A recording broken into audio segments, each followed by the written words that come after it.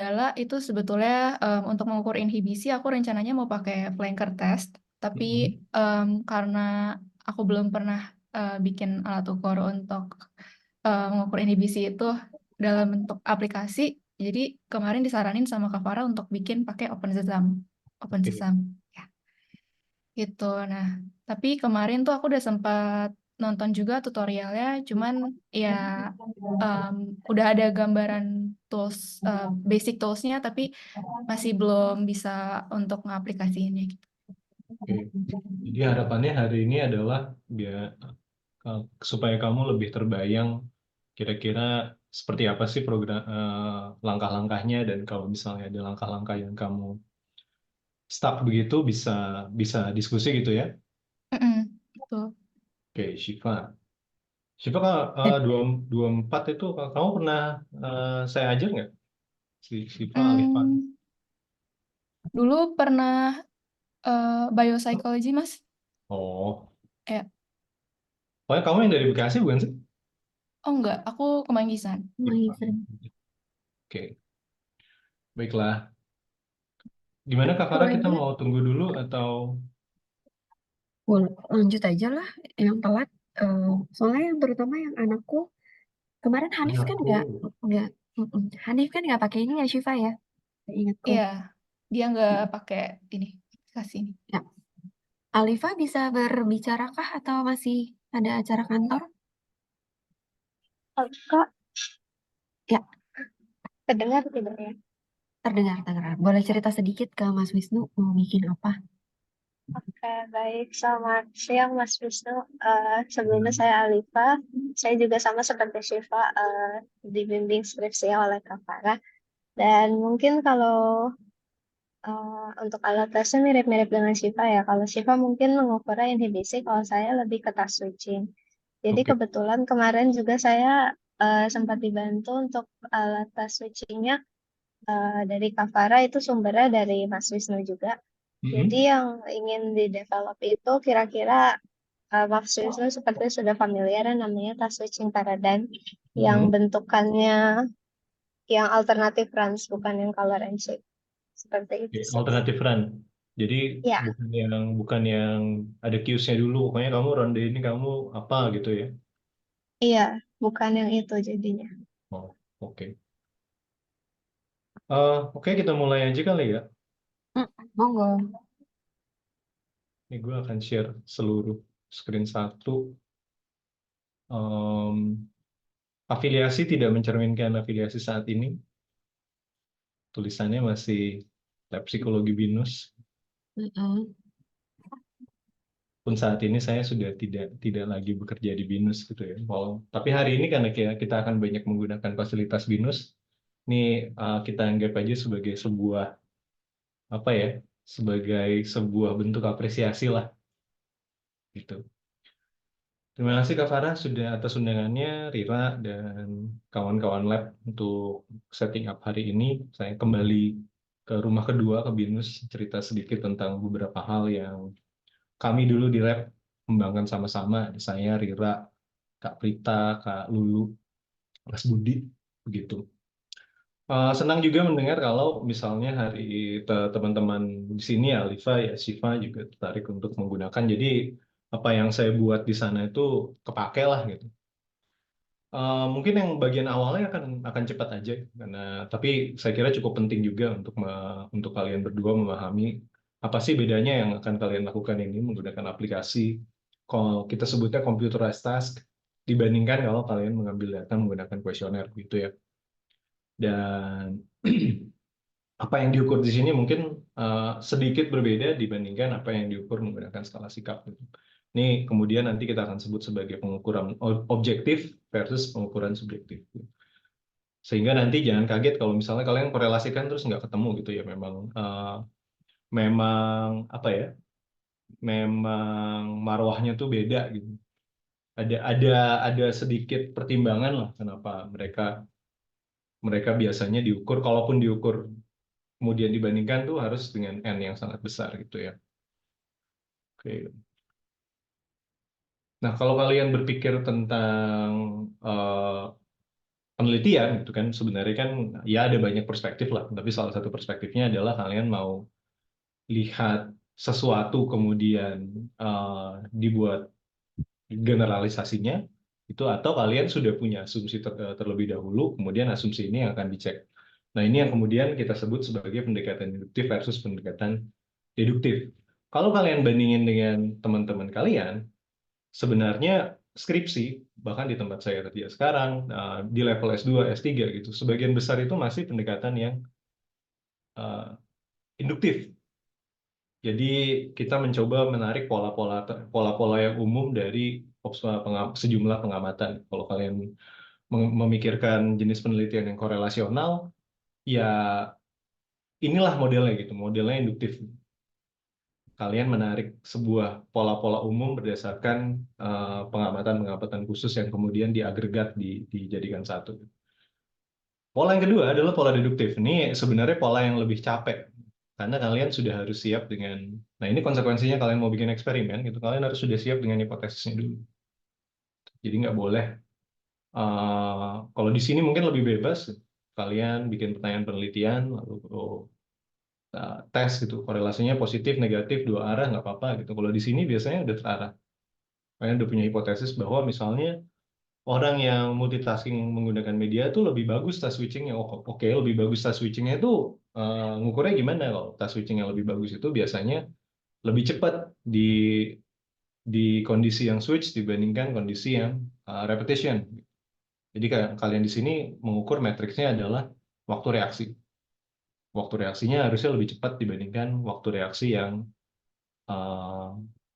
khusus pada kondisi yang switching dibandingkan dengan orang-orang yang multitaskingnya lebih jarang. Karena dianggapnya multitasking ini sebagai latihan. Atau inhibisi gitu. Karena kamu sering multitasking, maka inhibisi kamu harusnya lebih bagus. Lebih bagus inhibisinya itu maksudnya gimana? Inhibisi yang lebih bagus, misalnya kita lihat berdasarkan akurasi dalam flanker test. Ketika dia dikasih yang kondisi yang inkongruen, harusnya dia performanya tetap akurat gitu. Dia jumlah kesalahan yang dia lakukan di situ harusnya tidak lebih banyak dibandingkan kalau kita bandingkan dengan kondisi yang kongruen gitu. Misalnya itu yang sudah harus kalian pikirkan sebelum bikin eksperimen. Jadi jangan sekedar wah ini kayaknya seru kalau dibikin eksperimen, ya nggak apa-apa gitu kan, skripsi ya baiknya seru juga, tapi juga kalian sudah harus mikirin hipotesisnya gimana. Ini kalau kalian lihat di skripsi kebanyakan ya yang tadi saya bilang, perbedaan antara X dan Y, gambaran perilaku ya, korelasi X dan Y, faktor-faktor yang berkontribusi terhadap Y.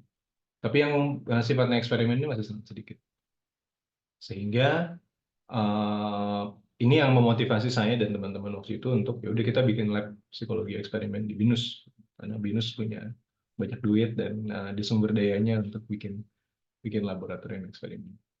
Psikologi eksperimen yang dimaksud seperti apa? Ini kita spesifik di sini, yang fasilitas yang akan kalian gunakan itu disebutnya sebagai programming untuk computerized test. Nah, istilah kerennya adalah psikofisik. Psikofisik ini satu bidang ilmu dalam psikologi yang mengamati relasi kuantitatif antara stimulus dan respon. Ini ngomongannya terlalu formal, tapi yang dimaksud di sini adalah kalian ditunjukkan berbagai macam stimulus, partisipan ditunjukkan berbagai macam stimulus, lalu kita akan mengamati reaksi. Mengamati itu maksudnya ya kita rekam reaksinya. Rekam itu ya dalam bentuk seberapa cepat dia mencet tombol, tombol yang dipencet, tombol yang benar atau enggak. Sesederhana itu. Asumsinya sangat sederhana. Kalau misalnya ada pemrosesan informasi yang terjadi dengan jenis stimulus yang berbeda-beda, harusnya akurasinya berubah, kecepatan untuk bereaksinya juga berubah. Sangat sederhana. Jadi misalnya kita bisa bikin asumsi, semakin banyak stimulusnya, semakin sulit gitu, sulit dilihat kah, atau semakin sulit dipecahkan masalahnya gitu, soal kali-kalian dibandingkan dengan soal tambah kurang. Semakin kompleks stimulusnya, maka kalian harus memproses informasi lebih banyak, yang akibatnya adalah waktu reaksinya lebih panjang dan tingkat akurasinya menurun. Kurang lebih asumsinya seperti itu. Dan ini nanti kalian bisa lihat implikasinya terhadap mekanisme kognisi, pemrosesan informasi, dan sosial. contoh-contoh eksperimen ini cepat aja. Kalau kalian pernah ikut eksperimennya gitu, kita mau lihat, kita bisa menggunakan paradigma ini untuk estimasi orang itu maksimal bisa nginget berapa hal sih di dalam kepalanya gitu dalam satu momen gitu. Kita bisa estimasi menggunakan namanya change detection paradigm. Kita kasih lihat gambar gitu, gambarnya ada 2 elemen di sini, ada 2 kotak yang warnanya berbeda. Terus ini kita tunjukkan secara cepat gitu, cuman 1/5 detik. Kemudian dia hilang. Gitu. Selanjutnya kita tes. Gitu. Nih saya kasih lihat gambar yang mirip-mirip. Gitu. Menurut pertanyaannya adalah di gambar yang kedua ini ada yang berubah atau enggak? Kalau dia bisa mendeteksi dengan benar, gitu, oh ini ada yang berubah, gitu. Maka asumsinya adalah dia berhasil mengingat semua elemen yang ada di gambar pertama. Sehingga kita bisa bilang bahwa oh kalau gitu estimasi saya terhadap working memory orang ini adalah 2 elemen.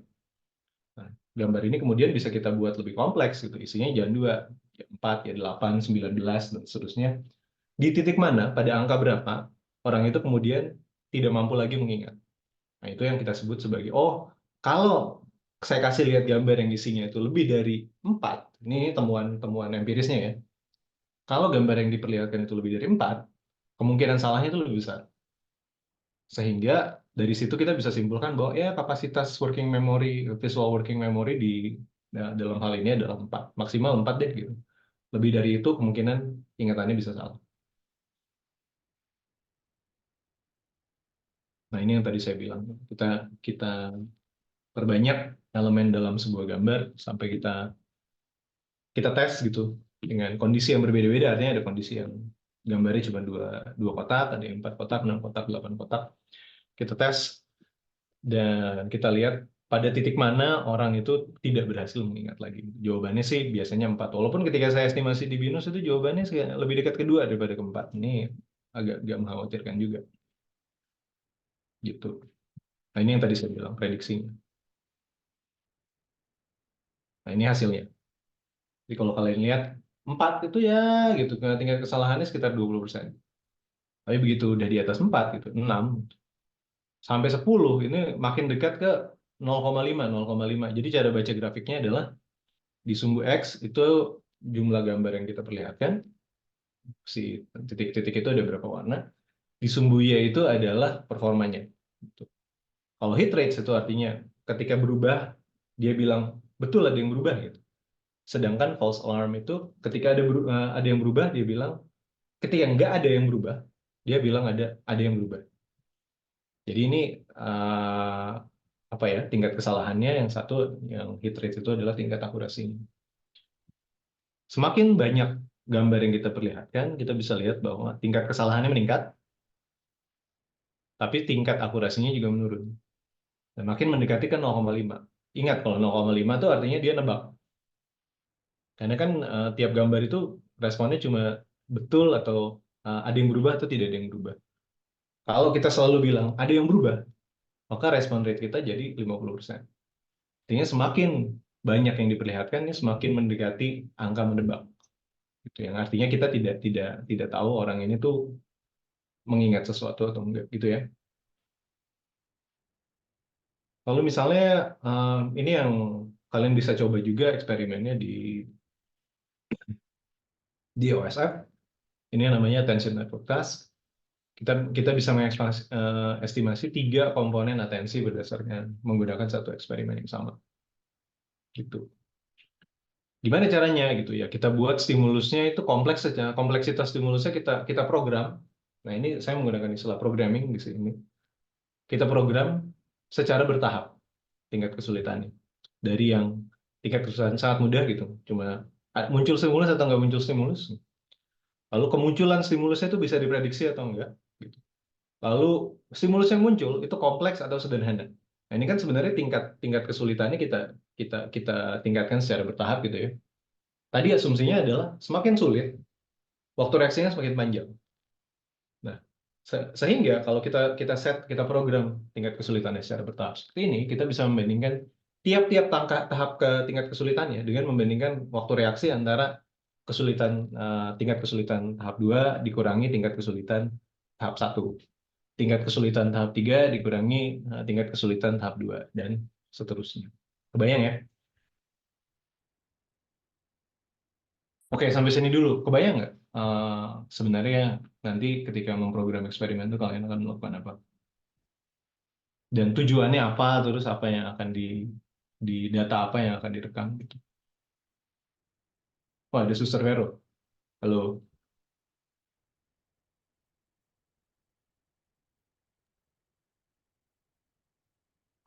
Kalau aku Mas, nanti tuh kan rencananya mau pakai flying kertas yang bentukannya gambar panah gitu kan. Iya.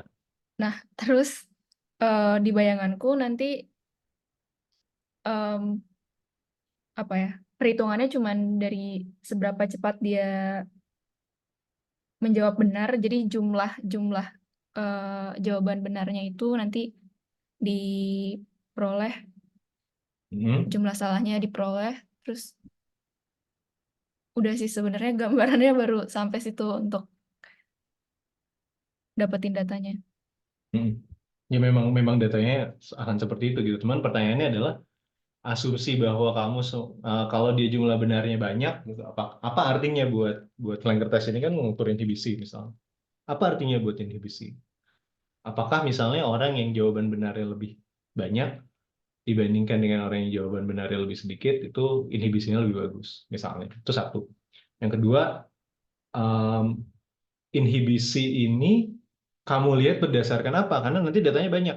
Ada data misalnya dia tingkat akurasinya dan tingkat akurasi ini kan ada ada tingkat akurasi untuk kondisi yang kongruen, ada tingkat akurasi untuk kondisi yang inkongruen, ada tingkat akurasi untuk kondisi yang netral.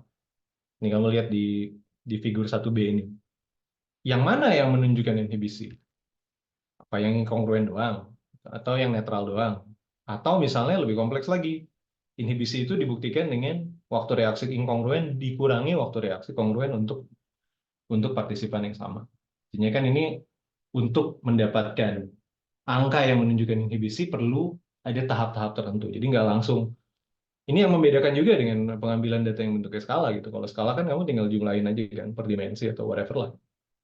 Keluarlah orang makin tinggi skornya, makin jelek inhibisinya whatever. Tapi di sini ya kurang lebih sama lah gitu. Ada proses yang terlebih dahulu. Kalau tadinya kamu menjumlahkan skor di dalam skala, di sini apakah dijumlahkan? Atau misalnya kamu ukur presentasinya. Dari misalnya 100 percobaan, berapa yang akurat? Oh, dia akuratnya jangan 100 deh, 100 kan gampang tuh angkanya. Dari 60 percobaan, dia 40 jawabannya akurat, 20 nggak akurat. Apakah langsung angka 40 ini yang kamu gunakan sebagai indikator, atau kamu bikin presentasinya gitu. 40 per 60 itu berapa sih? 67,777% gitu misalnya. Seperti itu yang harus dipikirkan juga. Tapi Mas mau tanya deh, berarti kalau standar dari em, apa ya, pengukurannya itu sebetulnya sudah ada sebelumnya atau kita bikin sendiri terus Sudah ada kita yang standar gitu. Misalnya ketika kamu lihat spesifikasi tesnya Ericsson Flanker gitu, kamu bisa lihat di situ bagaimana si si si orang yang memprogram flanker test ini menghitung eh, misalnya inhibisi. Dia bilang, oh inhibisi itu dihitung berdasarkan perbedaan waktu reaksi antara inkongruen dengan yang netral, misalnya.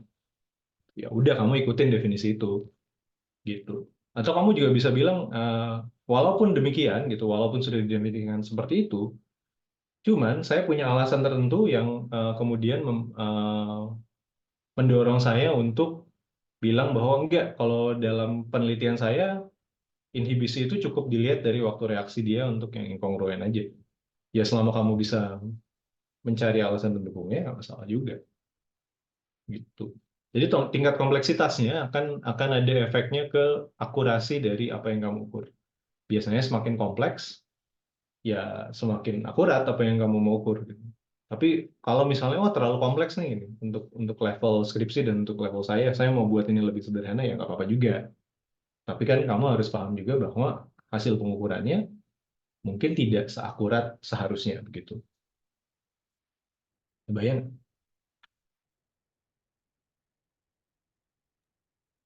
Hmm, sedikit kebayang.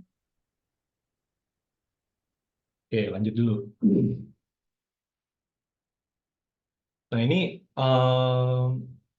nggak usah lah ya, ini agak ribet jelasinnya.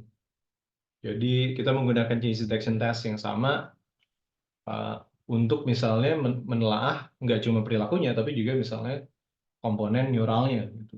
Otaknya bagaimana gitu loh, dalam tanda kutip. Pendekatannya sama gitu, kita menggunakan change detection test, tapi kali ini dibuat agak lebih kompleks. Ada cues, lalu ada tadi si memory array-nya, tapi di cues-nya ini kamu udah dikasih tahu gitu, kamu lihat sebelah kiri atau sebelah kanan. Gitu. Ada tujuannya. Misalnya dalam kasus ini lihat ke sebelah kiri, maka yang kamu perhatikan bagian sini, kok pencet. Kamu perhatikan hemisfer yang sebelah kiri, yang sini nggak usah dilihat. Lalu ada delay, lalu ditunjukin lagi. Sekarang kamu lihat lagi di sebelah kiri ada yang berubah atau enggak. Dalam hal ini kan tidak ada. Kalau tidak, kamu bilang tidak, maka dapat skor 1. Itu diulang berkali-kali sama dengan penelitian sebelumnya. Terus kita bisa bandingkan kapasitas working memory-nya lagi-lagi 1, 2, 3, 4 dengan nanti filtering efficiency, karena di sini ada uh, instruksinya adalah lihat yang merah kalau nggak salah, yang biru itu distraktor. Gitu. Semakin dia, jadi si Sumbuya ini adalah rasio antara seberapa akurat dia melihat si yang merah dibandingkan dengan uh, seberapa banyak dia melakukan kesalahan ketika ada yang biru. Kurang lebih gitulah.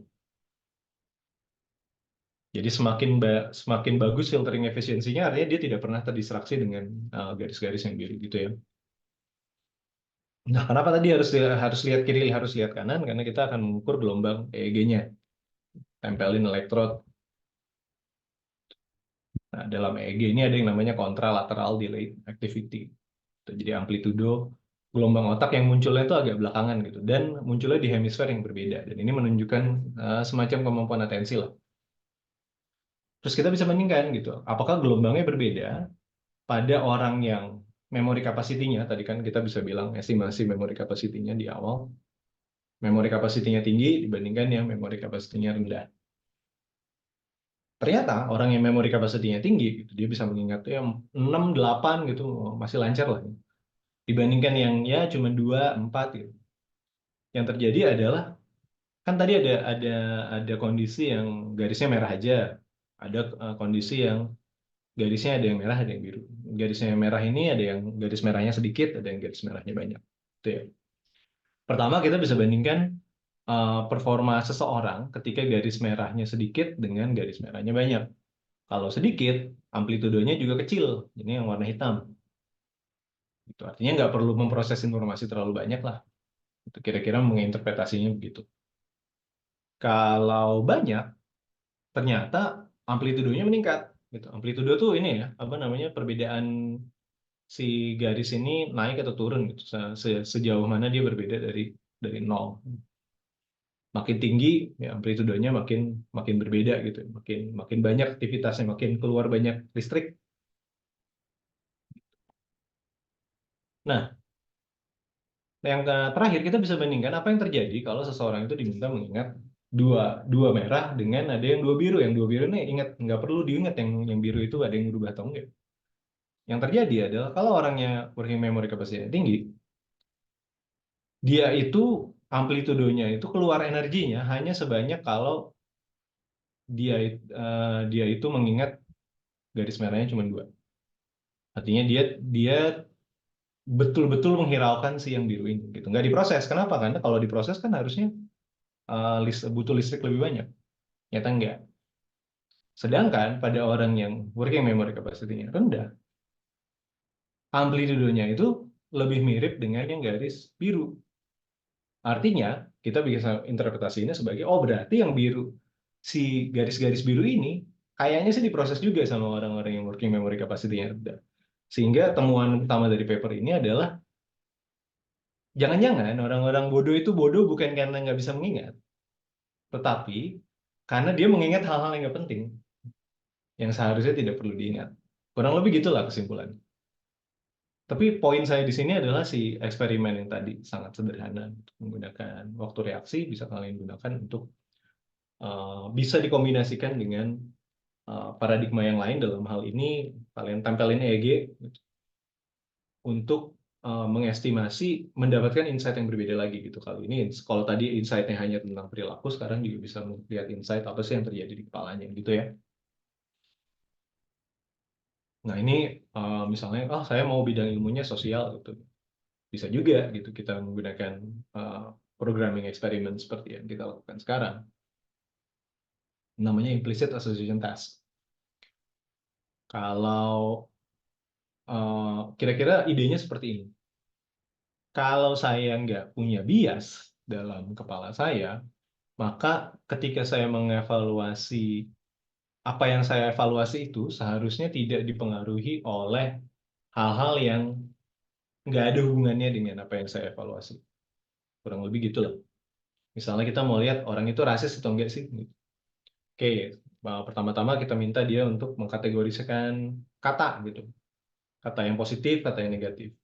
Senang, positif gitu. Upil, negatif, dan seterusnya gitu ya. Terus kita minta orang tersebut mengkategorikan wajah. Ada yang wajahnya, let's say orang Asia gitu kayak kita, ada yang berkulit putih gitu, Caucasian. Mana yang kamu nih muka sipit-sipit nih Asia, gitu. Ini putih-putih freckles gitu, ini Caucasian dan seterusnya. Selama ini nggak masalah. Nah, yang bikin seru adalah gimana kalau kita kombinasikan wajahnya dengan kata-katanya. Sekarang kita minta lagi orangnya untuk mengevaluasi kata. Harusnya kalau dia tidak terpengaruh dengan kalau dia nggak rasis, mau katanya muncul dengan orang Asia, dengan orang kulit putih, kecepatan dia untuk mengkategorisasikan kata itu kan konsisten. Tapi kalau misalnya dia rasis, kecepatan ketika dia muncul kata yang positif tapi orangnya kulit Asia gitu, waktu reaksinya akan lebih panjang dibandingkan kalau kata positif ini munculnya barengan dengan orang yang Caucasian. Jadi dia pro Caucasian. Seperti itu. Kebayang ya? Sehingga nanti waktu reaksi kita bisa bandingkan. Lagi-lagi di sini tidak cukup untuk mengukur waktu reaksi, tapi kita harus bandingkan antara satu kondisi dengan kondisi yang lain. Gitu. Gitu singkatnya Open Sesame. Apa namanya? Kenapa sih Kak? Kalau kalian bikin eksperimen tuh ngapain sih gitu? Kenapa harus bikin eksperimen kalau dibandingkan dengan model-model pendekatan yang skala gitu? Nah, kenapa pakai pakai computerized test? Kenapa sih kita nggak ya udah gitu bikin flanker saya bisa? Zaman dulu itu betul-betul pakai pakai kartu flanker tuh. Yang tunjukin nih ya, panah nih. Terus ada temennya satu di sana pegang stopwatch. Panahnya kiri atau kanan? Tunjukin satu kartu. Oh ini kiri gitu. Terus orangnya lihat, oh iya benar kiri gitu. Terus klik di stopwatch. Ambil lagi kartu yang baru. Kanan gitu. Wah ini mah kiri gitu. Ambil stopwatch dan seterusnya. Sambil dicatat tuh. Berapa kali yang benar, berapa kali yang salah. Nah ini kan sangat rawan kesalahannya. Orangnya lagi kiri, wah bener gitu. Terus yang megang stopwatch bersin. Acih gitu. Kepencet. Padahal belum disebutin benar atau salah. Dan seterusnya. Ini kan sering kali terjadi. Atau lagi ngelamun. Dan seterusnya. Tidak akurat. Struktas gitu. Ada nih. Pakai kartu. Kalau mau main game di kelas. Untuk saya juga kadang-kadang mungkin perlu juga bikin beginian di kelas. Pak Farah lebih rajin kalau soal begini. Di print kelas psikologi kognitif. Ayo kalian bikin struktas. Nggak usah diprogram di komputer masing-masing. Lihat aja nih. Baca warnanya ya, merah. Ini mah gampang karena bahasa Inggris kan. Kita kan merah, hitam, abu-abu. Nggak perlu di. Tapi kalau kalian bandingkan ini native bahasa Inggris gitu, yang disuruh baca warnanya jangan katanya. Ini kan lebih sulit. Gitu. Kenapa di sini butuh inhibisi dan seterusnya. Biar lebih efisien dan tidak rawan kesalahan, ya udah kita program pakai komputer, nggak susah kok. Nggak susah lebih karena udah ada. udah ada fasilitasnya gitu. Dan di BINUS kalian punya fasilitas ini. Kita set programnya, gitu. Dia akan munculkan kata-katanya secara acak, lalu kemudian orangnya diminta klasifikasi. Ketika dia klasifikasinya benar atau salah, gitu, komputer yang akan rekam.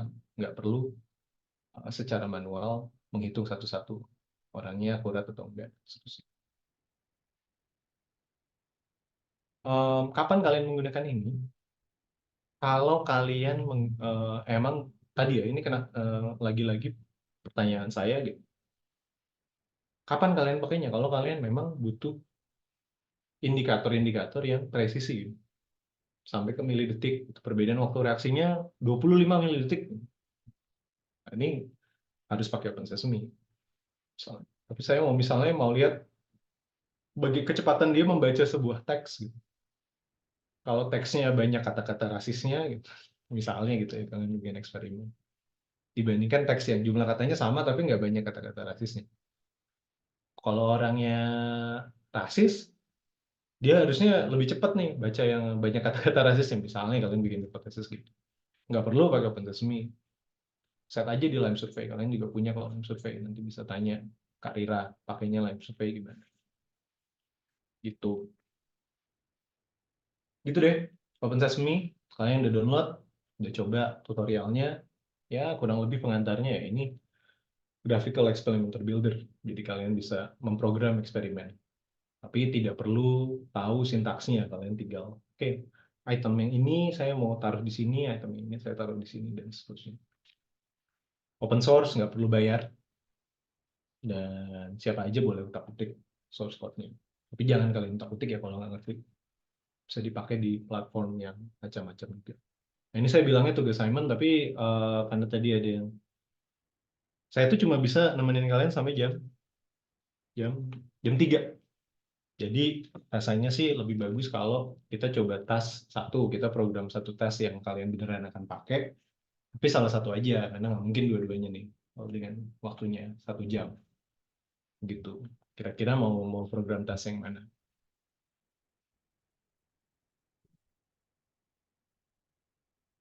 Kalau dari segi kompleksitas, si tas switching ini sedikit lebih kompleks dibandingkan yang lain. Atau gini, saya kasih lihat prinsip dua-duanya, tapi yang kita selesain satu. Baru mau bilang. Sebenarnya sih asal dapat benang merahnya sama ininya ya, apa fungsi-fungsinya menurut saya lebih itu bisa juga mengcover, tapi setuju. Nah ini kalau gitu kita akan buat ya dua-duanya lah, nanti saya akan kasih lihat. Struktur tugas itu kalau kita program sebuah eksperimen kurang lebih sama gitu. Akan ada satu bagian yang kalian minta partisipannya fokus, lalu kita munculkan sesuatu, lalu kemudian sesuatu ini ada durasinya, lalu kemudian kita rekam responnya gitu. Muncul loh, donat gitu, terus ada reaksi kalian Y untuk makan, N untuk tidak makan, kan partisipannya Y gitu. Kita masuklah ke kita rekamlah si trial itu dalam satu baris di Excel. Ini kita sebut sebagai satu trial. Ini kita ulangi dalam jumlah yang banyak, lalu kita bandingkan dengan misalnya kondisi yang berbeda, gitu. Kan ada beberapa kondisi. Kadang-kadang yang muncul donat gitu. Makanan misalnya gini, kalian mau bandingkan reaksi untuk makanan sehat atau tidak sehat. Kategori sehat tidak sehat tuh kalian tentukan. Muncul di layar donat, mau makan atau tidak mau makan gitu. Ya, keluar lagi misalnya jus kale. Kale itu apa sih bahasa Indonesia? Jus kale. Tapi kalian tahu ya kale jus itu. Bayam bukan sih, Mas? Bukan ya? Ya semacam bayam gitu lah ya. Jus bayam gitu kan. Tapi mau makan atau nggak mau makan gitu kan. Dan seterusnya. Kalian bisa bandingkan kemudian waktu reaksinya. Artinya kan ada dua kondisi di sini. Kondisi makanan sehat, kondisi makanan tidak sehat. Gitu. Nah, ini sedikit berkenalan dengan si item-itemnya. Nanti yang lebih banyak kita gunakan adalah satu sketchpad. Ini tempat kita untuk menggambar stimulusnya. Stimulusnya bentuknya donat gitu ya. Udah bergambar di situ donatnya. Atau ya udah kita upload gambar donat. Stimulusnya bentuknya sederhana mas, cuman kotak-kotak gitu atau huruf gitu. Ya udah kita tulis hurufnya di situ. Em, Lalu ada stimulus ini kan kadang-kadang nggak sendirian dong, ada teman-temannya. Misalnya stimulusnya muncul, kemudian kita mau rekam dengan keyboard. Nah ini kita harus taruh si sketchpad, keyboard, logger gitu. Logger itu untuk mencatat apapun yang kita lakukan ini ke dalam satu sequence. Nah si sequence ini adalah tempat kita meletakkan apapun yang akan jalan secara serial. Serial itu artinya satu selesai dulu, baru masuk berikutnya, selesai dulu, baru masuk berikutnya. Nah, kalau mau sesuatu yang berjalan secara dia akan mengulang secara otomatis, itu kita masukkan dalam software yang namanya loop. Nah, di sini kalian bikin tabel kondisi, kondisi kongruen, kondisi inkongruen, dan seterusnya.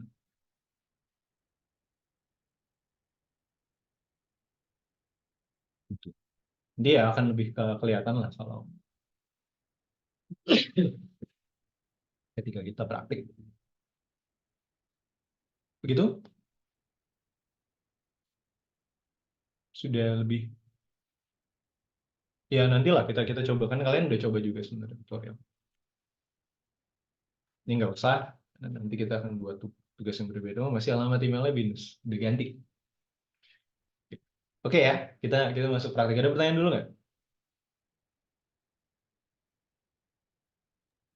Sebenarnya aku ada pertanyaan, tapi ini balik banget ke awal Mas. Waktu tadi tuh Mas Wisnu nyebutin kalau hipotesis dari semakin sering kita melakukan multitasking, Hmm? inhibisi seseorang ada kemungkinan untuk semakin lebih bagus kan ya? Hmm. Kenapa bisa kayak gitu hipotesisnya? Nah, itu kan contoh. Oke, oh ya oke. Soalnya kalau dari yang em, hipotesis yang aku buat, semakin orang melakukan media multitasking akan semakin cenderung eh, sulit untuk eh, mengambil keputusan dalam Hmm. apa namanya memilih. Ya, ya boleh aja gitu. Namanya hipotesis itu kan yang tentuin penelitinya. Cuman yang bedakan nanti adalah argumentasimu gimana. Hmm. Argumentasinya tahu tahu dari mana argumentasi yang tepat seperti apa ya harus baca Mhm. gitu. Gitu? Oke. Oke, kita masuk ke praktik. Ini gimana matiin ini?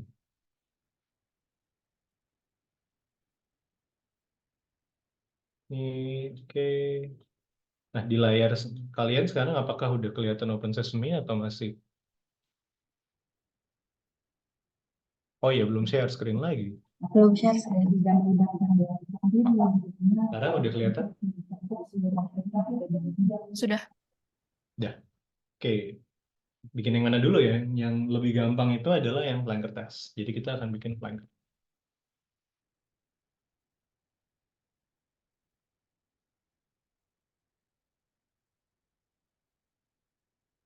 Oke, kita sebagai apa ya saran gitu, best practices pertama adalah dinamain eksperimennya. Dinamainnya gimana? Di sini, misalnya flanker contoh gitu. Ada deskripsinya di sini biasanya di sini saya biasanya menuliskan spesifikasi tasnya. Berapa kali trial, berapa kondisi, lalala, diinspirasi dari tas apa gitu. Jadi ketika saya buka lagi dokumennya, gampang untuk, oh ini saya bikinnya karena ini dan lain sebagainya gitu ya. Terus setting yang kedua adalah kalian mau ngambil datanya gimana? Apakah di lab, di komputer gitu. Ada tuh komputernya, ada dua. Terus kalian bisa bikin jadwal gitu. Setiap partisipan masuk ke situ kapan gitu kalian tongkrongin sampai dia selesai dan seterusnya.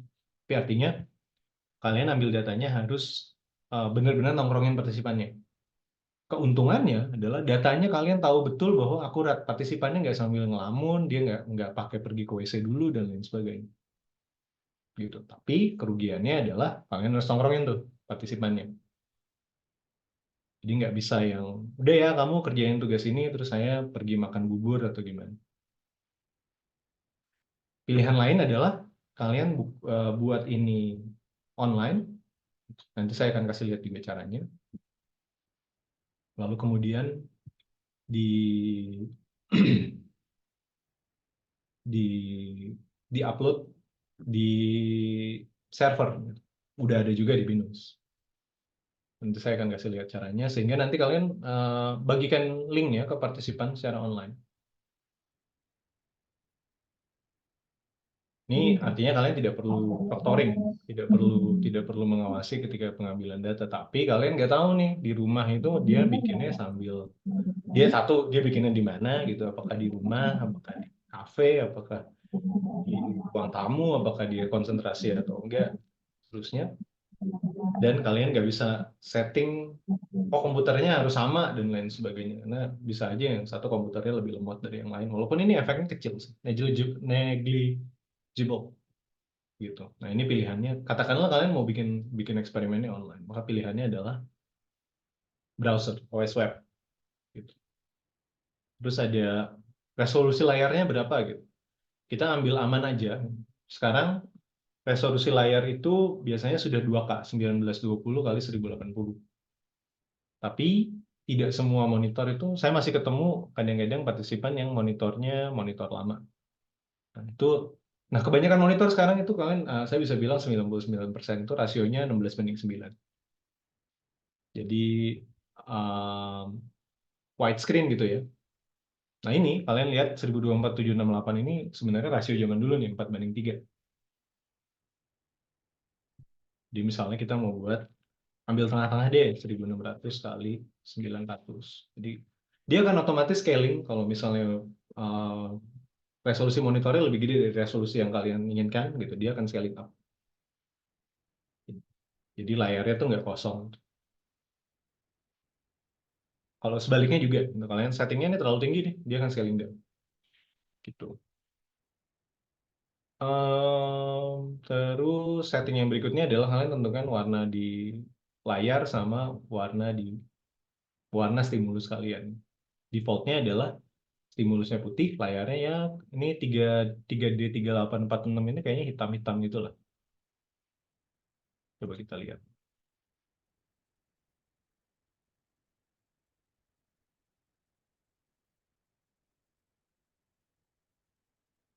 Nih, ya agak-agak hitam gini lah.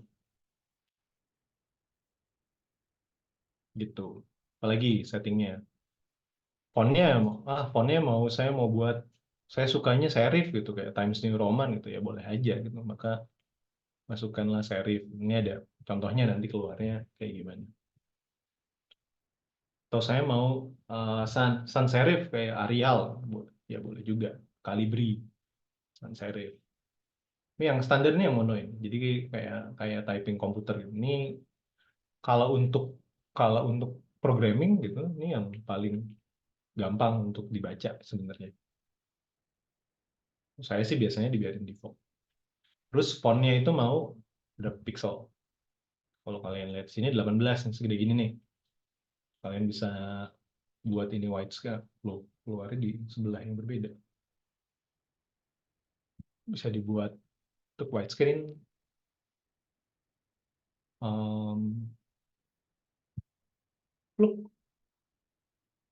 Nanti kalian bisa lihat dia akan sebesar apa di monitor. Tapi ingat kalau untuk online ini agak tricky karena kalian, oh di monitor saya kelihatannya bagus, tapi belum tentu di monitor partisipannya nanti kelihatannya bagus.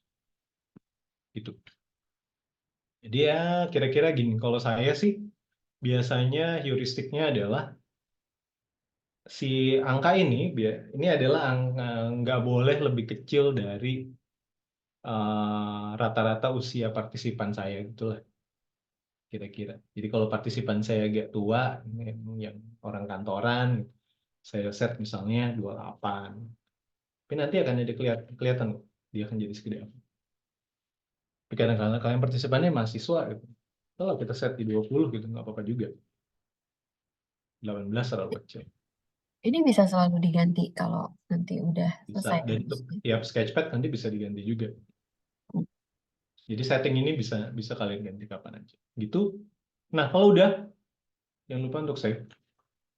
Save di folder manapun yang kalian inginkan. Save. Jadi kalian tahu bahwa ini sudah tersave gitu ya. Oke, sejauh ini ada yang mau ditanyakan dulu? Mas Masih aman, Wisnu Mas. pengen nanya, kalau misalnya open sesame-nya mau disambungin sama Line Survey, bisa nggak? Berarti itu milihnya yang run eksperimennya yang browser atau yang mana ya?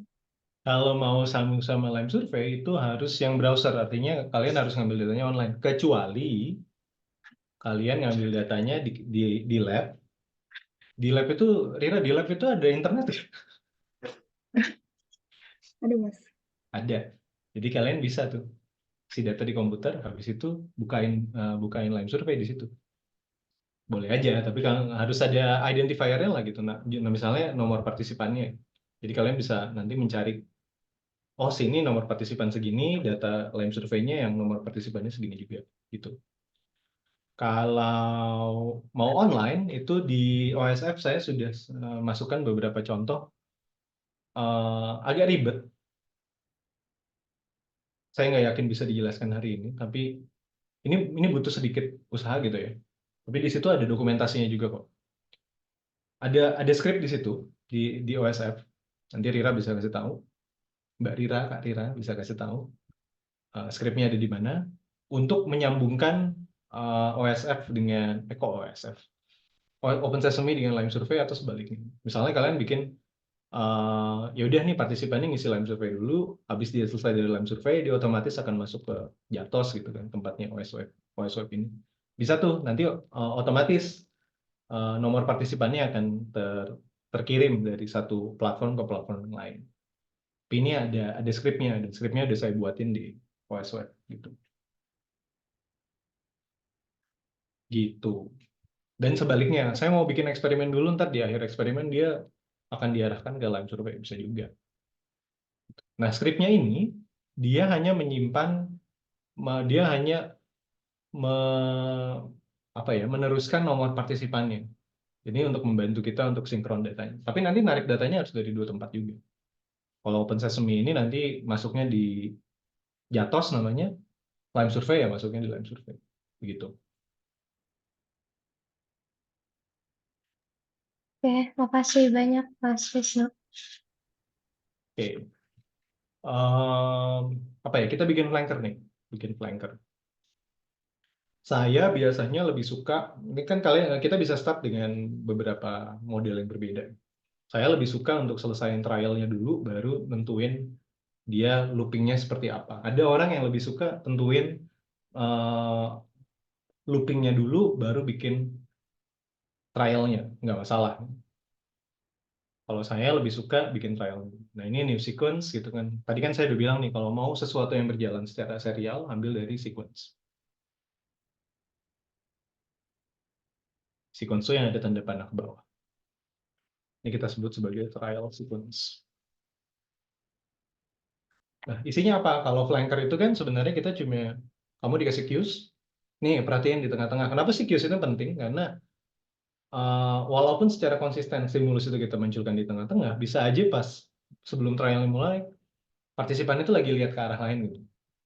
Jadi penting untuk selalu dikembalikan ke tengah layar. Maka selalu dimulai dengan queues. Setelah ada queues, baru dikasih lihat panah-panah itu. Setelah panah-panah, baru apa namanya? Setelah panah-panah, baru kita rekam responnya gitu ya. Oke. Artinya kita butuh satu sketchpad untuk queues, satu sketchpad untuk anak panah, satu rekaman respon, gitu, misalnya keyboard response, dan satu logger. Jadi kita masukkan 4 item di situ. Ini sketchpad yang pertama. Nah, tiap kali ngambil, ini ada pilihan insert into atau insert after. Kalau into, dia akan dimasukkan ke dalam misalnya sequence. Kalau after, dia akan masuk di bawahnya. Ya karena ini akan berjalan dalam satu sequence yang sama, semuanya akan kita masukkan dalam insert into. Gitu ya. Ini kita bilang queue sketchpad, lalu kita masukin lagi misalnya arrow sketchpad, lalu tadi saya bilang ada keyboard, arrow keyboard response, dan ada Logger. Kecepatan nggak? Enggak, masih catch up. Oke. Masih bisa.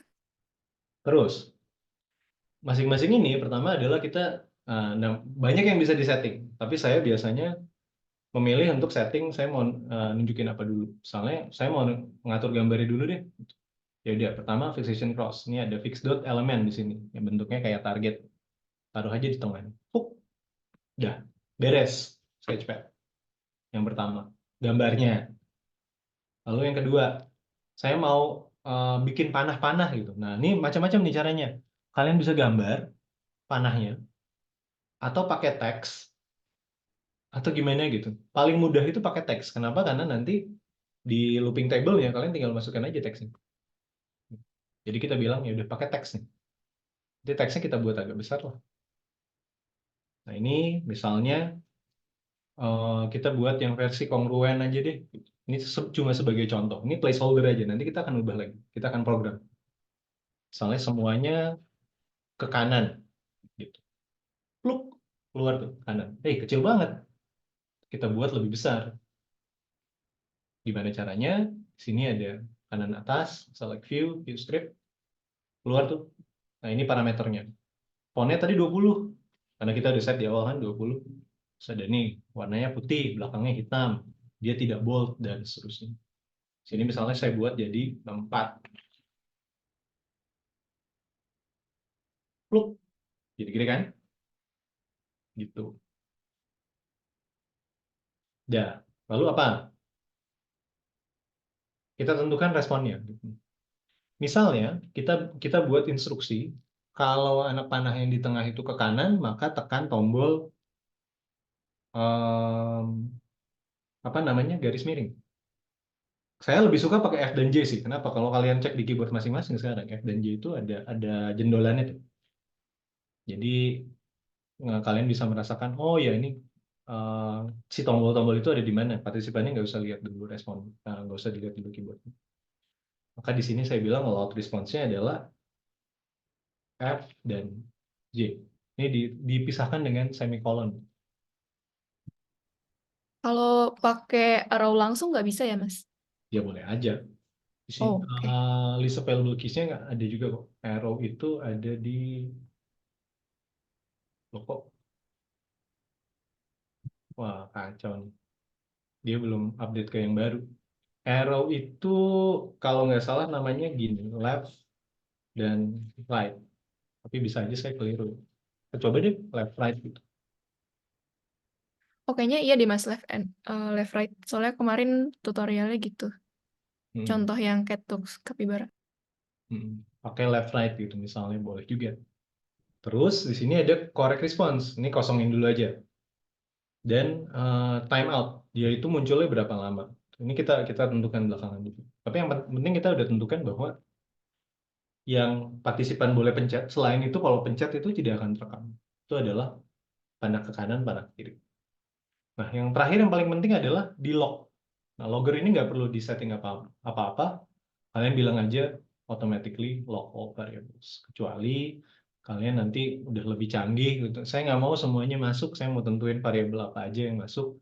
Kalian bisa lihat di sini view variable inspector. Ini semua variabel yang direkam. Terus kalian bisa tentukan. Saya mau cuma masukin correct answer apa gitu. Ini bisa dimasukin di sini.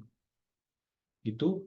Nah, apa yang perlu kita lakukan sekarang? Kita perlu setting durasi. Di sini ada durasi di tiap sketchpad. Cues gitu, nggak perlu panjang-panjang lah kita sebut 300 di sepertiga detik. Ya kan tujuannya cuma mengarahkan partisipannya supaya lihat ke tengah. Lalu kita buat si sketchpad-nya ini misalnya agak lama deh gitu, 2 detik gitu. 2 detik itu kan 2000 milidetik. 2000 milidetik. Lalu ada keyboard response. Jadi tanya lagi timeout-nya kapan. Nah, misalnya kita bilang, oh ini saya mau 2000 karena tadi waktu untuk responnya 2000. Nah, kalau kita set seperti ini, yang terjadi adalah dia akan muncul ini 2 detik, lalu 2 detik kemudian dia akan nunggu untuk masuk keyboard response karena dua item ini akan jalan secara paralel. Jadi programnya akan mengasumsikan kalau ada si apapun yang bentuknya keyboard response, itu dia akan nunggu sampai si sketchpad-nya ini selesai. Ini yang membuat kita jadi harus hati-hati dalam programming. Nah, gimana caranya supaya dia nggak nunggu dan langsung ya udah dia ikutin waktunya di sini. Nah, si sketchpad yang sebelumnya ini harus kita set jadi 0 gitu. Sehingga pertama dia 300 milidetik ngelihat untuk cues-nya, lalu dia akan masuk ke timingnya si keyboard response ini 2 detik. Karena ini 0 durasinya, tapi dia akan tetap memunculkan si panah-panah ini. Gitu. Ngerti ya? Paham? Oke, lanjut. Nah, ini kan berarti kalau kita play,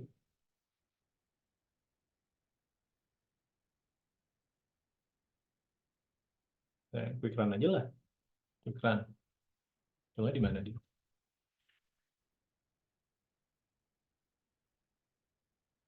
Dia akan tutup gitu. Ini 2 detik, terus dia hilang. Udah selesai. Udah tuh eksperimennya beres. Ya nggak beres gitu. Tapi prinsipnya kan eksperimennya satu trial itu kan seperti itu kan. Nah, kemudian yang membuat ini jadi kompleks adalah kita mau program supaya yang tadi kita lihat itu dia akan jalan secara otomatis berkali-kali dan dengan kondisi yang berbeda-beda. Sekarang kita buat itu dalam bentuk loop namanya.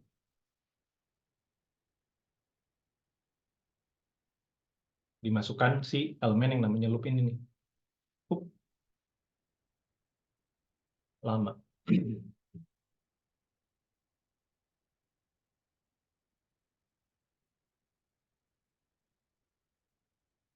Wah, ngehang.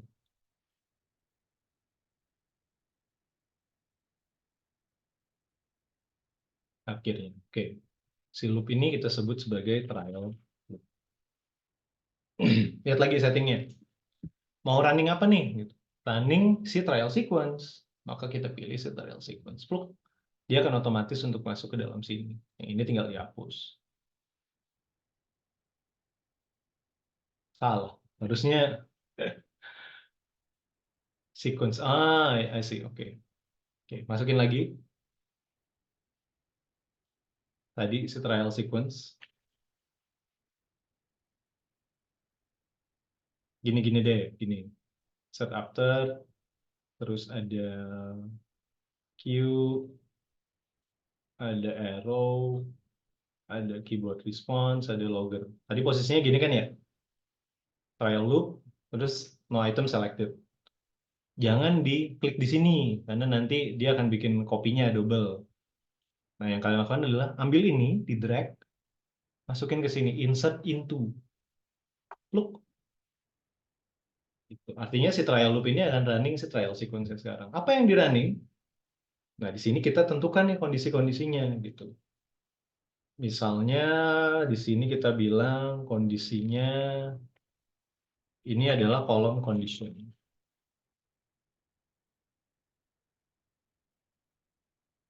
Misalnya di sini kondisinya adalah neutral,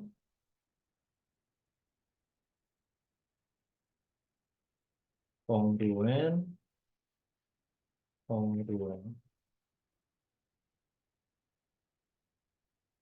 Nah, lalu di sini kita set tadi nih, kan ada macam-macam tuh panahnya. Kalau kondisinya net, terus di sini kita sebut misalnya arrow underscore stem. Kalau netral biasanya dia diapit oleh 2 tanda strip. 1, 2, kanan, 1, 2. Ada yang kongruen. Kanan, kanan, kanan, kanan, kanan. Ada yang inkongruen. Kanan, kanan, begini deh. Kiri, kiri, kanan, kiri, kiri. Gitu. Nah, kolom berikutnya adalah correct response-nya. Correct response. Ini kan semuanya di right ya.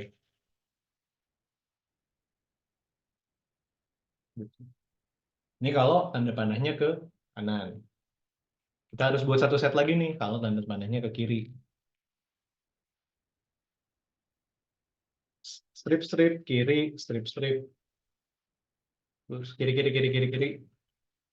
Terus ada kanan-kanan, kiri, kanan-kanan. Gitu. Ini jawaban benernya adalah kiri.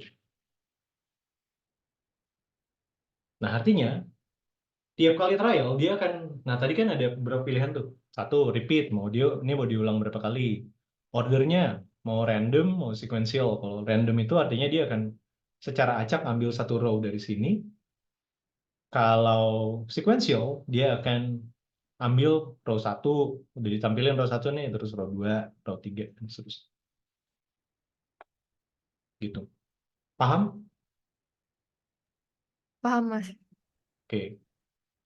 Artinya ini dia akan ambil si panahnya berdasarkan informasi yang kita tentukan di sini. Ini sebabnya kenapa tadi lebih mudah pakai teks ya. Berarti kalau tadi pakai gambar, Kalau tadi ya pakai masih. gambar agak ribet tuh. Di sini kalian masukin misalnya draw image element, terus masukin. Nah, si gambar-gambarnya harus dimasukkan ke dalam namanya view file pool, show file pool. Masuk sini gambarnya. Terus Di kemudian nama Catchdogs Capybara file. tuh ada kok caranya. Hmm, Nah, terus nanti yang di dalam sini adalah nama gambarnya, file. Ya. gitu. Ini biar cepat aja, gue pakai teks. Tuh. Berarti kan Shiva udah nemuin juga tuh cara kalau pakai gambar in case kalau mau Tuh. diubah. Pakai gambar gimana caranya bisa juga pakai gambar, gitu. Mm-mm. Nah, sekarang si informasi yang di sini ini belum nyambung sama informasi yang ada di Sketchpad. Kenapa? Karena di Sketchpad kita bilang tampilinnya teks ini nih, gitu. Padahal kan kita mau yang ditampilkan di Sketchpad itu bukan yang di teks ini, tetapi yang ada di Aero Steam. Sehingga balik lagi ke Aero Sketchpad, view script. Nah, di sini teksnya sama dengan apa? Ini kita ubah nih. Kita ubah pakai tanda kurung siku, apa tadi? Arrow underscore steam. Apply.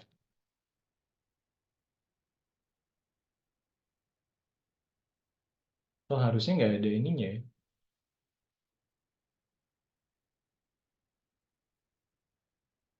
Kayaknya ada yang berubah dari OpenSesame versi baru ini. Tadinya itu dia pakai kurung siku kalau karena semuanya Python. Sekarang itu jadi kurung berawal. Enggak juga. Ya udah kita coba dulu sih pakai pakai kurung siku.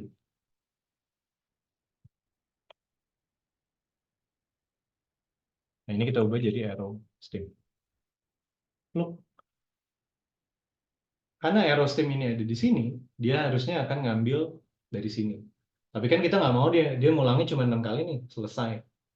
Maka cycle-nya kita tambah. Misalnya tiap kondisi saya mau minimal di tiap kondisi itu ada 20 trial.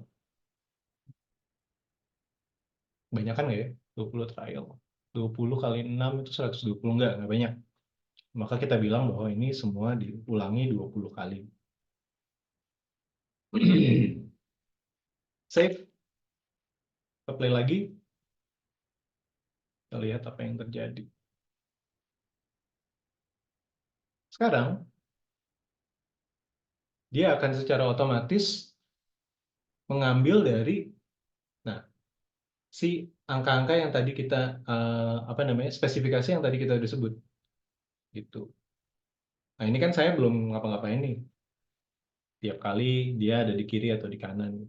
Kalau saya pencet satu tombol, maka dia akan merekam responnya dan seterusnya. Begitu. Prinsipnya seperti itu, sehingga nanti tinggal ditambahkan misalnya instruction.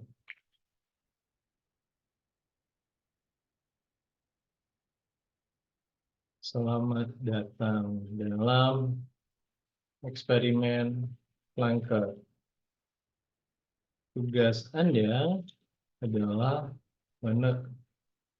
memperhatikan anak panah yang muncul di tengah layar. Jika anak panah yang muncul mengarah ke kanan, maka tekan anak panah ke kanan pada keyboard.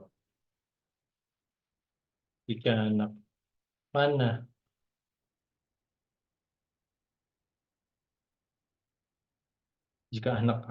anak panah mengarah ke kiri,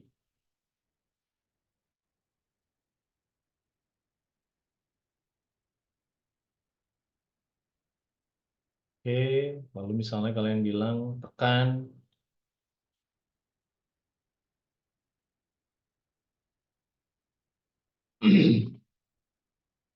tombol apapun untuk melanjutkan. Begitu. Jadi akan mulai dengan instruksi, dia pencet, masuklah ke dalam sini. Idealnya sih kalian buatkan practice dulu. Jadi kalian buat satu trial loop yang berbeda, di situ untuk practice, kemudian kalian masukkan misalnya di sketchpad-nya ini kanan, maka pencet apa, kiri, maka pencet apa. Lalu kemudian kalian bisa buatkan feedback. Bisa lihat juga di contoh-contohnya bagaimana caranya membuatkan feedback begitu. Begitu?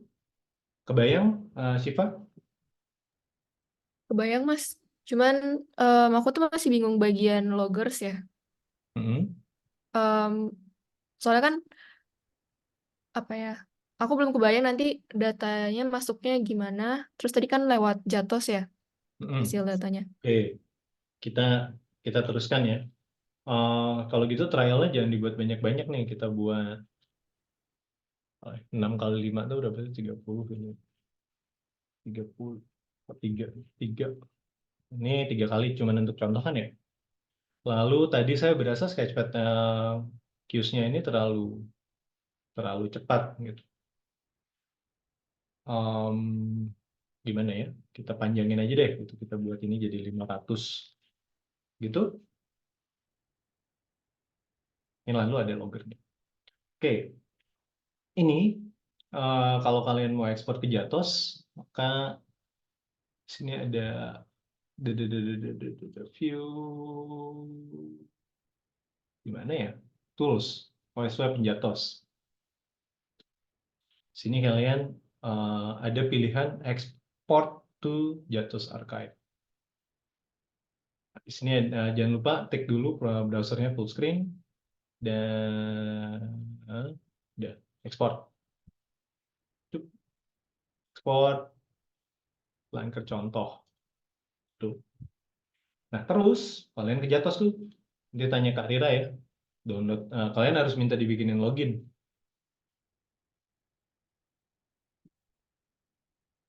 Kalian minta Kak Rira loginnya, terus di sini bilang import study. Import si flanker contoh tadi.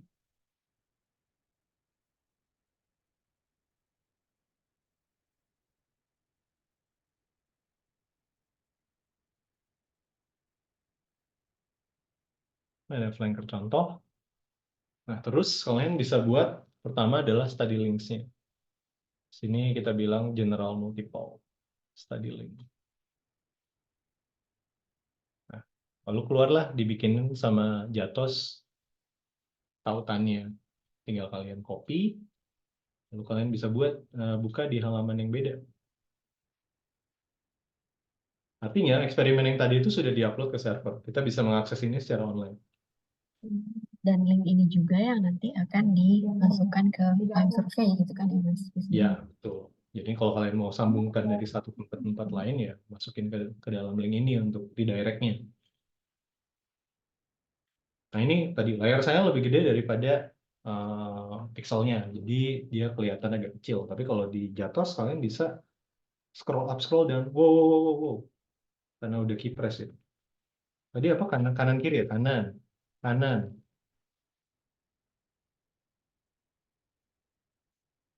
Cepet ya.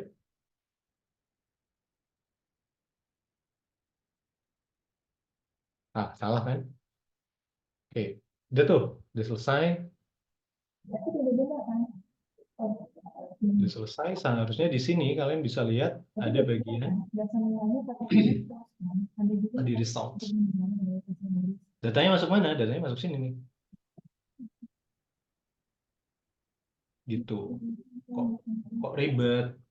Ini gimana cara analisisnya dan seterusnya. Pertama adalah kalian harus em,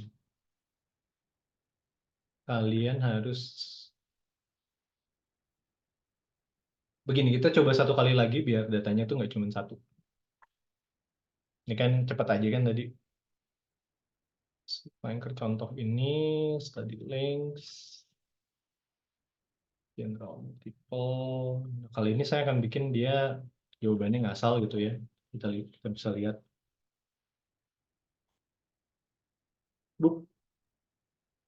Sementara Oh, iya. menunggu mengerjakan, untuk Alifa dan Gita masih oke nggak? Masih bisa mengikuti nggak? Masih, Kak. Masih ya? Git, aman? Oke. Dah. Nah, ini kan sekarang jadi ada dua nih datanya. Ada dua data. Terus kalian tinggal ini nih, pilih, terus bisa di export results selected. Jadi pilih yang udah finish aja ya nanti. Di sini kan ada berbagai macam statusnya. Export, nanti dia akan diekspor dalam bentuk teks. Lalu kemudian kalian bisa buat dari Open Sesame. Di sini ada pilihan untuk mana tuh? Convert OS Web Results to CSV. Di bagian apa tuh? Bisa ada pilihan. Ini misalnya kalian bilang ini adalah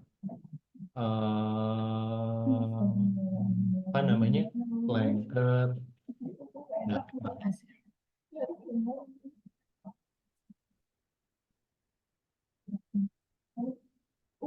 Terus kalian buka Oh, fungsi ini ada di mana? di ini tools OS Web and JATOS Control Panel. Ah, oke.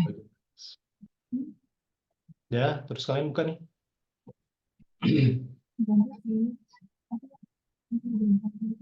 Ini tiap baris adalah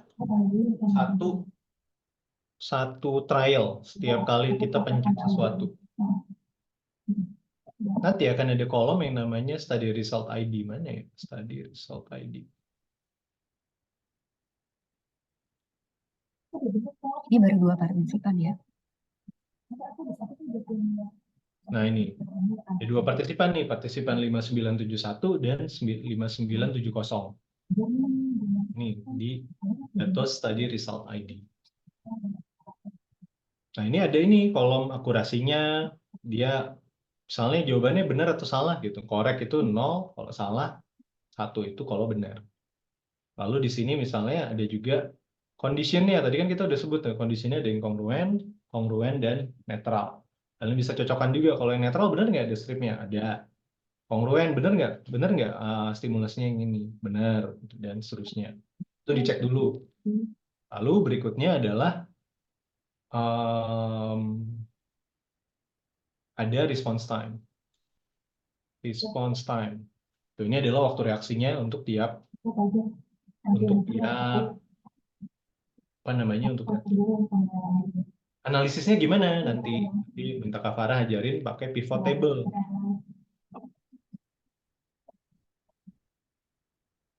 Artinya ini kan belum bisa kalian langsung dites dan lain sebagainya. Kalian harus hitung dulu nih per partisipan kayak gimana. Kita bikin pivot. Misalnya kalian di sini mau lihat korek dan Partisipan ID. response time. Itu. Terus kalian mau lihat di kolomnya itu adalah condition dan row-nya itu adalah si partisipan ID. Jadi di J ya dia.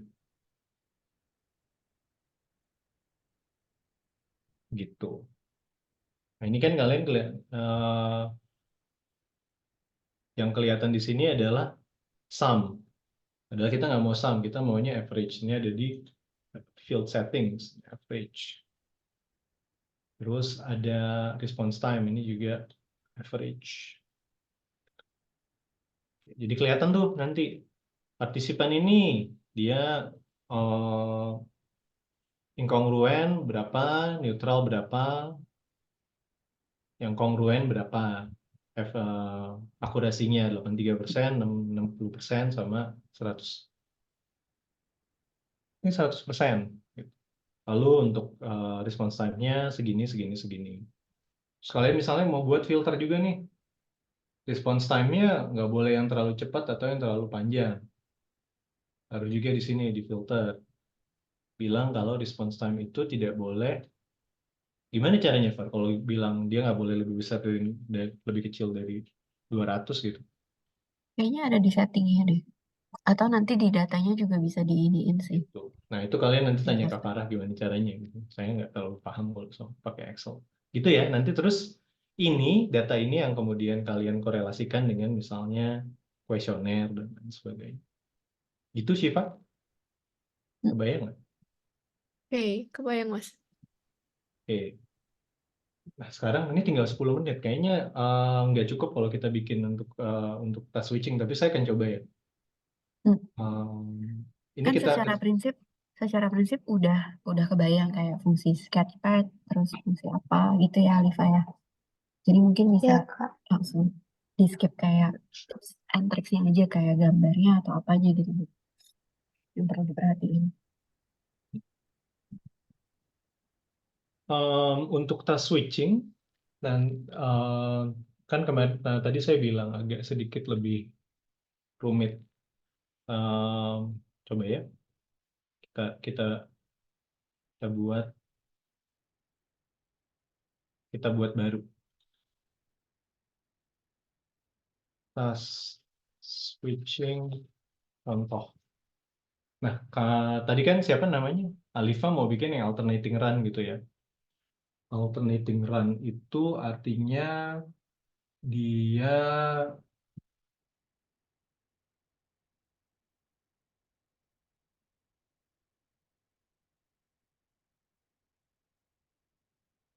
akan ada muncul di 4 kuadran gitu ya. 4 kuadran. Prinsipnya sama gitu. Kalian harus bikin sketchpad, tapi nggak perlu pakai QS-QSan kalau task switching. Jadi coba ya, file sequence.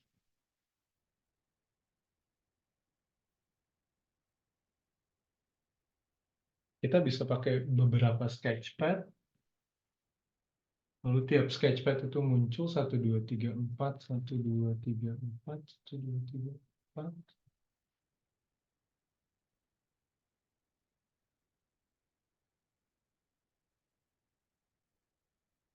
Itu bisa. Jadi ada beberapa cara untuk programming si alternating run ini. Kalian bisa bikin 4 sketchpad atau bikin dalam satu sketchpad yang kemudian koordinat X dan Y-nya dibuat terpisah. Kita coba ya. Ini switch sketchpad. Oke. Biasanya ada garisnya. Saya akan buat di sini. Dan ada garis dari sini ke sini. Itu. Garisnya kita bikin lebih tebal lah. Dan width-nya 5. Oke. Hmm.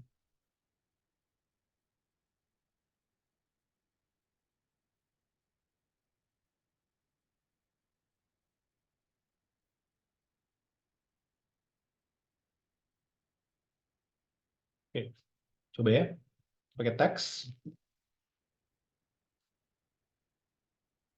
Sini kita bilang Steam 1. Lalu di sini ada Steam 2.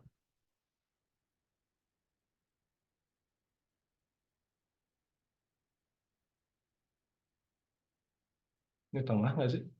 Steam 3.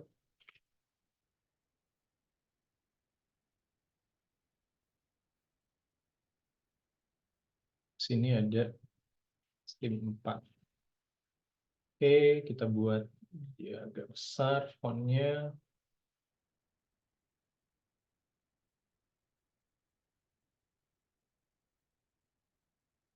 Oke. Nah, ini harus muncul secara alternating. Gimana cara setupnya? Di loop itu file loop. Lalu ada um, loh kok sini sih? Salah dong.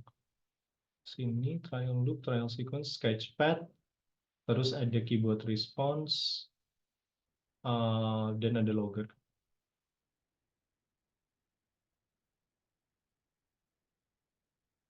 Bentar, saya bilang dulu kalau saya agak telat.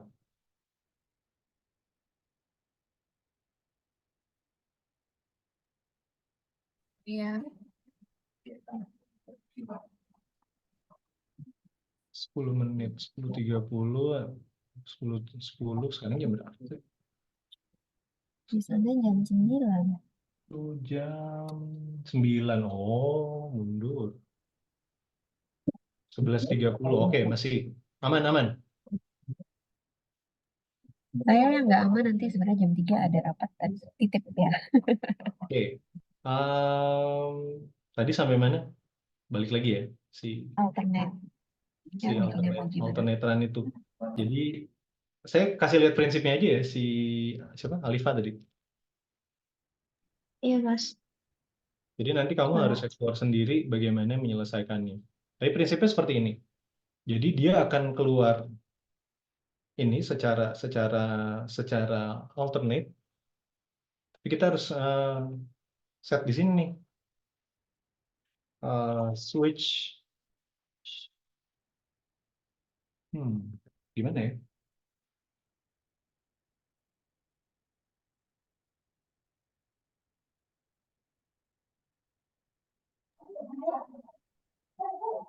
Kayak apa sih bikinnya? Nggak bisa kayak misalnya 1, 2, 1, 3. Iya, kan di sini kan kita mau bilang misalnya A1, A2, A3, B2, B3, B4 gitu kan. Tapi kan kita harus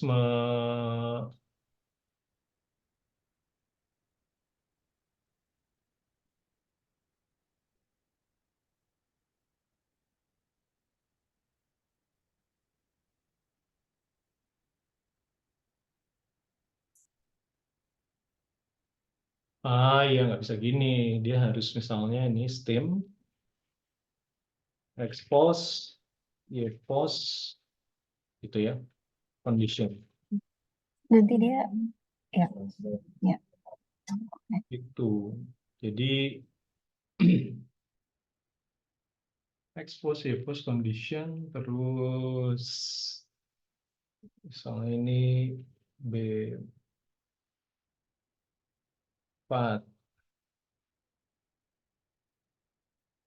E3,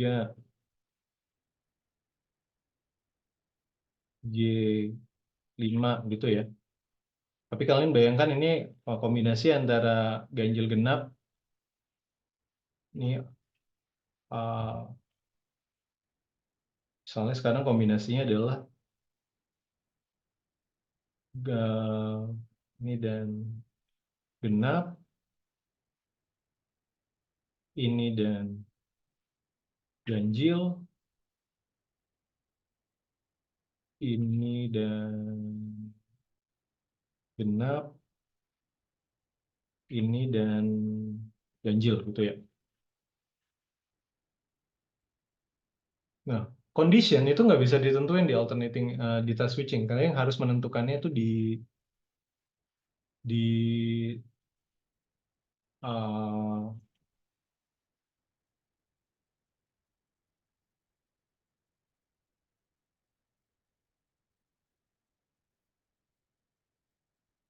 kok bisa ding? Kalau di alternate run itu dia kalau misalnya horizontal tuh repeat, kalau vertikal itu switch gitu ya, ya kan? Iya, betul. Kira-kira kayak gitu, Mas. Oke, jadi kalau dia berjalannya dari kiri ke kanan atau kanan ke kiri itu repeat, repeat, repeat. Ini yang switch, yang horizontal, yang vertikal. Misal,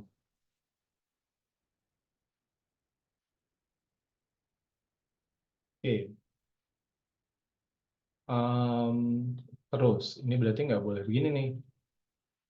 Dia cuma ada di satu tempat. Cuman ingetin ininya ya, XY-nya ya. 256 sama 160. Minus-minus itu adalah kiri atas, plus-plus itu adalah kanan bawah. Oke, 256, 160 ini kiri atas,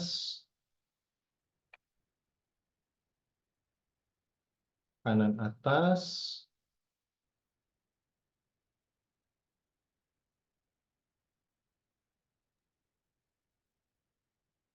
kanan bawah,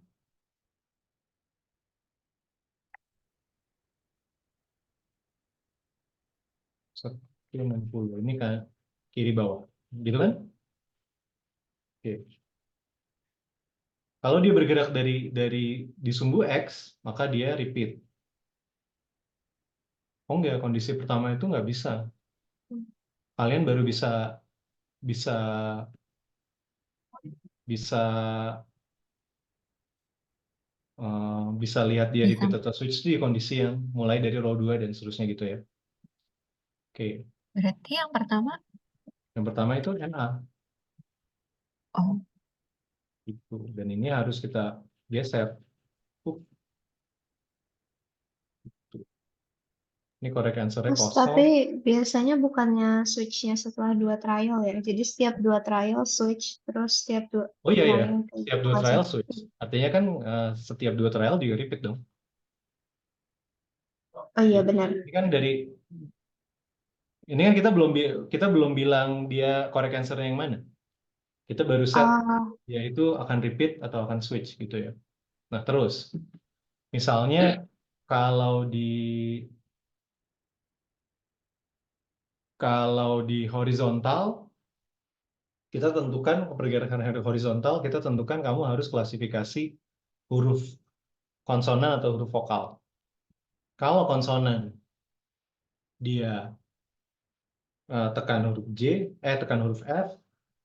Kalau vokal tekan huruf J. Ini kan konsonan nih, maka F. Kalau dia konsonan maka F, gitu ya. Terus kalau pergerakannya adalah horizontal, maka kamu harus ke klasifikasi angkanya. Kalau ganjil itu F, ganjil itu J, genap itu F, maka ini J, F, J, gitu. Kebayang nggak? iya kebayang. J, ini J juga, gitulah. Tapi ini kamu harus tentukan nih, dia atau gini deh, ada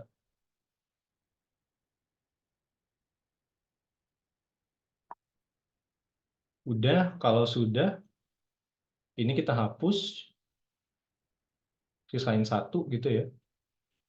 Di sini ada steam, apply, terus tadi ini 0, terus di sini loud response-nya adalah F dan J, lalu di sini correct response-nya, correct response, time out-nya adalah misalnya kita sebut di sini sebut ya 3 detik deh. Oke. Nah, belum di save kan tadi. Nah, padahal saya bilang di awal hal pertama yang harus dilakukan adalah save dulu. Nah, switching contoh. Gitu. Lalu ada kalian coba deh. Harusnya sih bisa ya.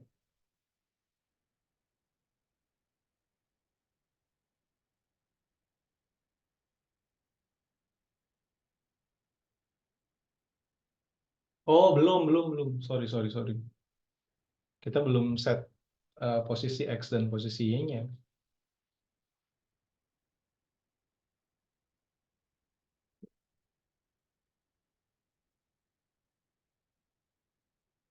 Stop dulu. Terus di script X-nya ini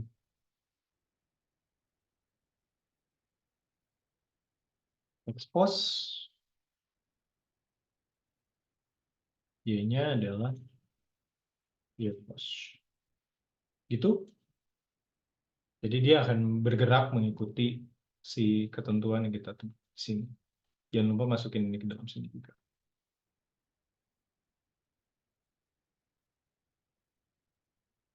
Gitu ya prinsipnya. Parahnya pergi.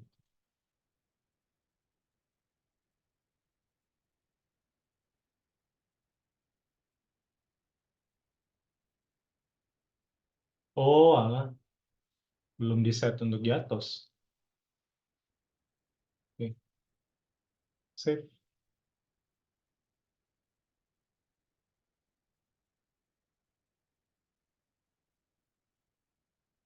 Tuh, 2, 3. Loh, kok nggak berubah posisinya? Karena random. Jadi kalian harus set sequential. Kamu harus set sequential ya. Itu yang tadi saya lupa Iya, juga. Jadi di tabel ini satu ordernya sequential. Ya, karena dia akan bergerak secara konsisten kan ya. Selalu dari kiri atas, kanan bawah, kiri bawah, sebalik lagi ke kiri atas gitu kan. Nah, ini terus kamu lengkapin nih semua stimulusnya sampai bawah dan tentukan correct answer-nya gimana. Kalau dia horizontal, dia harus klasifikasi huruf. Kalau kalau vertikal, dia harus klasifikasi angka, misalnya. Gitu, Alifa? Kebayang nggak? iya Mas sudah kebayang kok. Terus kan tinggal yang di atas tadi juga.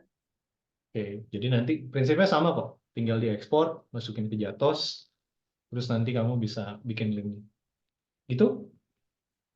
Iya, oke. Thank you Mas Wisnu. Oke, nah sekarang saya akan taruh si dua contoh yang saya buat tadi. Jadi kalian bisa bisa tinggal teruskan dari situ. Loh, ini kok nggak kesimpan sih? Ini yang flanker.